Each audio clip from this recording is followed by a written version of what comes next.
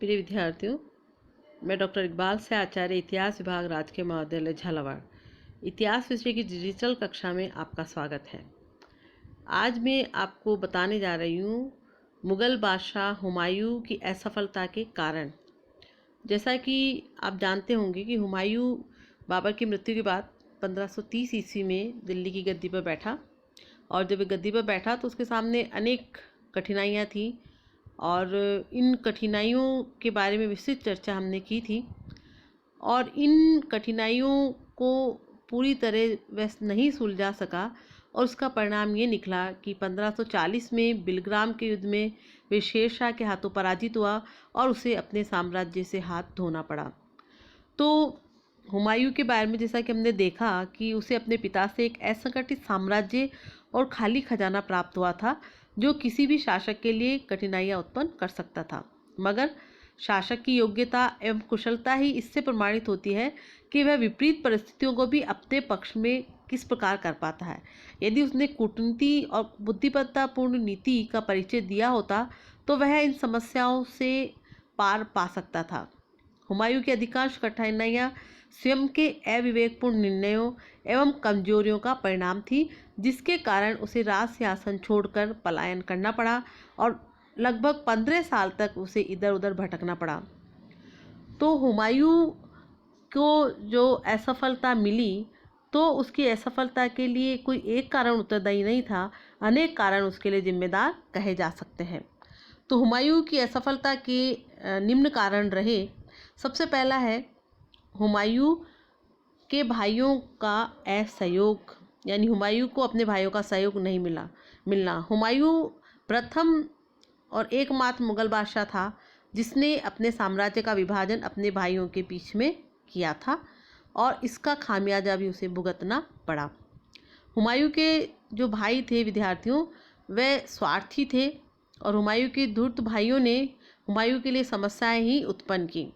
हुमायूं की उदारता को उन्होंने उसकी कमजोरी समझा, और संकट के समय उन्होंने हुमायूं की सहायता करने के बजाय उसके लिए मुसीबतें खड़ी की, उसके सामने तलवार उठाई। कामरान को काबुल और पंजाब सौंप देने से हुमायूं इस क्षेत्र से सैनिकों की भर्ती नहीं कर सका, और उसने अफगानी सैनिकों अपने बीच में एक दीवार खड़ी कर ली। चौसा के युद्ध के बाद कामरान हुमायूं की सहायता करने के बजाय अपनी सेना सहित लाहौर लौट गया। हिंदाल, जो कि उसका एक अन्य भाई था, उसने आगरा में हुमायूं की अनुपस्थिति में अपने आप को मुगल सम्राट ही घोषित कर दिया, जिससे हुमायूं को जल्दी से आगरा लौटने का फैसला करना पड़ा, और वह शेर खां के चंगुल में फंस गया। उसका छोटा भाई अस्करी गुजरात की रक्षा करने के बजाय सम्राट बनने का स्वप्न देखने लगा।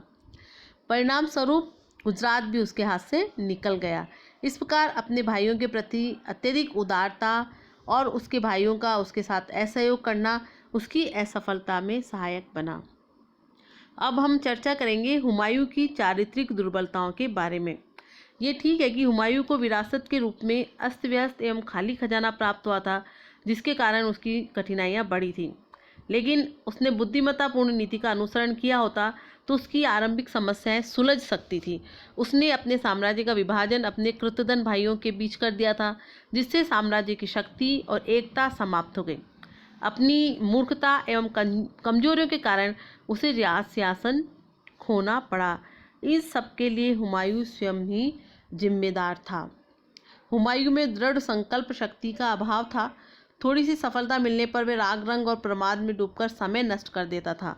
मालवा और गुजरात में मिली सफलताओं के बाद उसने मांडू में नाच रंग और दावतों में कई सप्ताह नष्ट कर दिए, जिससे बहादुर शाह को पुनः गुजरात जीतने का मौका मिल गया। बंगाल की राजधानी गोड पर अधिकार करने के बाद भी उसने काफ़ी समय इसी प्रकार खो दिया। तब तक शेर खां को अपनी शक्ति बढ़ाने का अवसर मिल गया। कठिन परिस्थितियों में तत्काल निर्णय न कर पाने की कमजोरी के कारण उसे चौसा के युद्ध में हार का सामना करना पड़ा, जो कि 1539 में शेर खां और हुमायूं के मध्य हुआ था। एल्फिंस्टन ने लिखा है कि वे वीर अवश्य था, मगर स्थिति की गंभीरता को समझने की क्षमता उसमें नहीं थी। वहीं डॉक्टर एल श्रीवास्तव भी लिखते हैं कि ऐसे अवसर पर जबकि उसे सचेत होकर सैन्य संचालन में संलग्न होना चाहिए था, तब हरम में विलासितापूर्ण जीवन बताना और आराम करने का हुमायूं का यह स्वभाव उसकी असफलता का एक प्रमुख कारण रहा। विद्यार्थियों, हुमायूं की असफलता का एक महत्वपूर्ण कारण ये भी था कि उसके द्वारा अविवेकपूर्ण राजनीतिक निर्णय लिए गए। हुमायूं को जब साम्राज्य को संगठित करने, शासन सुधारों की ओर ध्यान देना चाहिए था, तब उसने युद्ध योजनाओं की नीति अपनाई। यानी बाबर की मृत्यु के बाद मुगल साम्राज्य अभी बहुत ज़्यादा विस्तृत नहीं था, मजबूत नहीं था। उस समय उसे साम्राज्य प्रसार की नीति को नहीं अपनाना चाहिए था, बल्कि उसे साम्राज्य को संगठित करने की ओर ध्यान देना चाहिए था, लेकिन उसने ऐसा नहीं किया। कालिंजर के राजा के साथ की गई संधि से उसकी राजनीतिक प्रतिष्ठा कम हुई। वहीं शेरखां की शक्ति का तो वे सही अनुमान ही नहीं लगा पाया। 1532 ईस्वी में चुनार का पहला घेरा डालने पर उसने मूर्खता का परिचय देते हुए शेरखां से अधूरा समझौता किया और चुनार दुर्ग उसी के अधिकार में रहना दिया। उसने गुजरात के बहादुर शाह पर उसी समय आक्रमण कर देना चाहिए था जब वह चित्तौड़ पर आक्रमण करने में व्यस्त था। इससे वे बहादुर शाह को भी सरलता से पराजित कर सकता था और राजपूतों की मित्रता भी प्राप्त कर सकता था, परंतु उसने इस अवसर का लाभ नहीं उठाया। 1537-38 ईस्वी में उसने चुनार को जीतने में 6 महीने खराब कर दिए और जिसका उसे कोई लाभ भी नहीं मिला। उल्टा इस दौरान शेरखां गोड़ को जीतकर, जो कि उस समय बंगाल की राजधानी थी गोड़, उसको जीतकर सारा खजाना रोहतासगढ़ ले गया और वहाँ पर उसको सुरक्षित रख दिया। गोड़ विजय करने के बाद उसने 8 महीने तक वहाँ भोग विलास में व्यतीत कर दिए और आगरा से संपर्क रखने का कोई बंदोबस्त नहीं किया। परिणाम स्वरूप शेरखां की गतिविधियों की सूचना उसे नहीं मिल सकी। चौसा और कन्नौज के युद्धों में उसने अफगानों पर पहले आक्रमण न करके शेरखां को अपनी सुविधा अनुसार आक्रमण करने का मौका देकर महान राजनीतिक भूल की, जिसका परिणाम ये निकला कि उसे शेरखां से पराजित होना पड़ा दोनों युद्धों में और उसकी वजह से जो है निर्वासन भी भुगतना पड़ा, भारत छोड़कर उसे भागना पड़ा। अब एक जो अन्य महत्वपूर्ण कारण था उसकी असफलता का, वह था नेतृत्व की योग्यता का अभाव। हुमायूं में नेतृत्व क्षमता की कमी थी। विद्यार्थियों, एक शासक के लिए बहुत जरूरी होता है कि वो अपनी सेना का और अपनी जनता का नेतृत्व करे, लेकिन ये योग्यता हुमायूं में नहीं थी। वह समस्याओं का सामना करने के बजाय उन्हें टालता रहता था। उसका अपने भाइयों, अमीरों व सेना पर कुशल नियंत्रण नहीं था। सैन्य संगठन और सैन्य संचालन में भी वह शेरखां की अपेक्षा अयोग्य था। चौसा एवं कन्नौज के युद्ध के दौरान सैन्य शिविरों की निचली भूमि पर स्थापित किया गया, जहां दोनों ही बार पानी भर गया था और शेरखां पर तुरंत आक्रमण न करके उसे तैयारी का अवसर देना उसकी सैनिक अदूरदर्शिता का ही परिणाम था।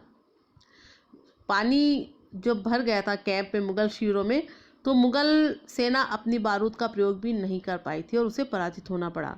कन्नौज के युद्ध के दौरान वह भागती हुई सेना को नियंत्रित नहीं कर पाया, फलतः उसे भी युद्ध छोड़कर भागना पड़ा। शेरखां की शक्ति का ठीक से अनुमान न लगा पाने के कारण और उसकी गतिविधियों के बारे में जानकारी नहीं रखने के कारण ये जो सारी कमियां हैं वह उसकी नेतृत्व क्षमता की कमजोरी को ही दर्शाती है। विद्यार्थियों, हुमायूं की असफलता का एक कारण था उसका खर्चीला स्वभाव। जैसा कि हम पहले पढ़ चुके कि हुमायूं को विरासत में खाली खजाना मिला था। खाली खजाने के कारण उसे शुरू से ही अनेक कठिनाइयों का सामना करना पड़ा। इसके बावजूद वह धन के प्रबंध और उसके महत्व के विषय में नहीं जान सका। कालिंजर से युद्ध क्षतिपूर्ति के रूप में उसे बहुत बड़ी धनराशि मिली थी। चंपानेर से भी उसे गुजरात के शासकों का विशाल राजकोष मिला था, जिसे उसने बड़ी बड़ी दावतें देने, आनंद उत्सव मनाने, अपने समर्थकों को पुरस्कार बांटने और इमारतें बनवाने में खर्च कर दिया।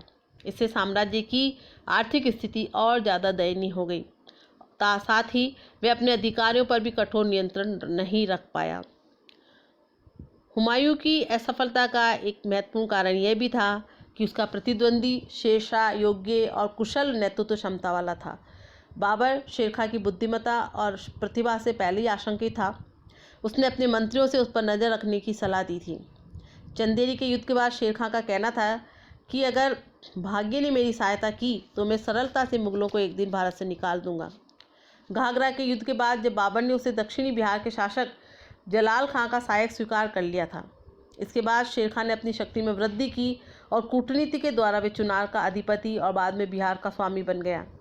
हुमायूं के चुनार के घेरे के दौरान अपनी कमज़ोर स्थिति के कारण उसने हुमायूं से संधि कर ली, मगर इसके बाद जल्द ही उसने अपनी शक्ति में बढ़ोतरी भी कर ली। हुमायूं की अपेक्षा वह कहीं अधिक योग्य सेनापति और कुशल नेता था। हुमायूं के आगरा लौटने का मार्ग अवरुद्ध कर उसने उसे युद्ध करने को विवश किया, मगर उस पर आक्रमण न करके अवसर की प्रतीक्षा करता रहा। चौसा और कन्नौज के युद्ध में उसने अपनी व्यूह रचना और कुशल रणनीति से हुमायूं को पराजित कर अपनी सैन्य योग्यता प्रदर्शित की। दूसरी ओर हुमायूं निर्णय लेने में कमज़ोर था। सेना पर उसका पूरा नियंत्रण नहीं था। उसके भाई तक उसके कहना नहीं मानते थे। उसके सेनापति बार बार विद्रोह करते थे। वह शेरशाह की कूटनीति, सैन्य कुशलता और नेतृत्व क्षमता के सामने कहीं भी नहीं टिक पाता था। अतः उसे शेरशाह से पराजित होना पड़ा और साथ ही अपने राज्य सिंहासन को छोड़कर और उसे भारत छोड़कर भी पलायन करना पड़ा। तो इस प्रकार विद्यार्थी हम देखते हैं कि हुमायूं में बहुत सारी कमियां थी। उसके पास धन का अपव्यय किया, उसने अपनी कूटनीति पूर्वक जो है राजनीति को ध्यान नहीं दिया, वे एक सेना नायक भी नहीं था। इन सारी कमियों की वजह से अंततः हुमायूं को पराजित होना पड़ा।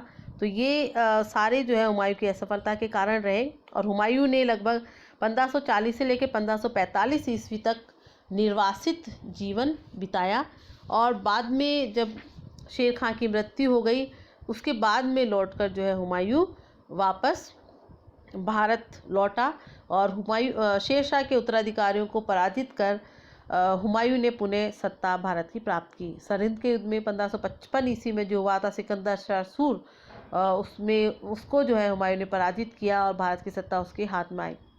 हुमायूं के जहाँ तक अंतिम दिनों की हम बात करते हैं तो दिल्ली की गद्दी पर पुनः बैठने के बाद हुमायूं ने शासन व्यवस्था को सुधारने का प्रयास किया। उसने अकबर को युवराज घोषित करके बैराम खां के संरक्षण में उसे पंजाब का गवर्नर नियुक्त किया, क्योंकि सिकंदर शाह सूर वहाँ पर कुछ समस्याएं उत्पन्न कर रहा था। बदायूं में कदम्बर बेग का विद्रोह दबाने के लिए उसने अली कुली खां शहवानी को भेजा, जिसने विद्रोहियों को आसानी से पराजित कर दिया। आगरा, संभल और समीपवर्ती क्षेत्रों पर उसने अधिकार कर लिया। इस प्रकार कुछ ही समय में हुमायूं ने उन सब प्रदेशों पर पुनः अधिकार कर लिया जो पहले उसके अधिकार में थे। हुमायूं ने जीते हुए प्रदेशों की व्यवस्था करने का प्रयास किया, मगर इस कार्य को पूरा करने से पहले ही वह 24 जनवरी 1556 ईस्वी को दीन पनाह महल, जो कि दिल्ली में उसके द्वारा बनवाया गया था, उसके पुस्तकालय की सीढ़ियों से उतरते समय वह फिसल गया, जिससे उसकी जो है चोट लगने की वजह से 27 जनवरी 1556 ईस्वी को उसकी मृत्यु हो गई। और इसीलिए हुमायूं की मृत्यु के संदर्भ में इतिहासकार लैनपुर ने टिप्पणी की है कि हुमायूं जीवन भर लड़खड़ाता रहा और लड़खड़ाते हुए उसके जीवन का अंत भी हो गया। तो इस प्रकार हम देखते हैं कि हुमायूं जो है उसके सामने बहुत सारी कठिनाइयाँ थी और हुमायूं जो है उसके सामने बहुत सारी कठिनाइयाँ जो थी उसका सामना वह सही तरीके से नहीं कर पाया और परिणाम ये निकला कि वह असफल रहा, उसे अपने राज्य से हाथ धोने पड़े। तो विद्यार्थियों, हुमायूं के बारे में एक बात बताना चाहूँगी कि हुमायूं के नाम का अर्थ होता है भाग्यवान। लेकिन एक तरफ तो हम देखते हैं कि हुमायूं जो है भाग्यशाली नहीं रहा क्योंकि उसे अपने राज्य से पलायन करना पड़ा। लेकिन वहीं हम दूसरे दृष्टिकोण से देखें तो हम देखते हैं कि हुमायूं अपना राज्य खोने के बाद 1540 में उसने अपना राज्य खोया और 1555 में पुनः दिल्ली का शासक बना। यानी वह भाग्यशाली था कि अपने खोए हुए राज्य को अपने जीवन काल में ही पुनः प्राप्त कर सका और उसके बाद उसका जो पुत्र अकबर इतना योग्य हुआ कि उसने मुगल साम्राज्य को एक विशाल स्वरूप में बदल दिया। तो विद्यार्थियों, ये हुमायूं के बारे में जानकारी। जैसा कि मेल्सन हुमायूं का मूल्यांकन करते हुए लिखता है कि वह साहसी, सदाचारी और हाजिर जवाब था। वह प्रसन्नचित्त, सुशिक्षित, भद्र और दयावान भी था। वह अपने पिता की तरह एक स्थायी शासन प्रणाली की स्थापना न कर सका। गुणों के साथ उसमें दोष भी बहुत थे। उसमें कर्तव्य परायणता का अभाव था।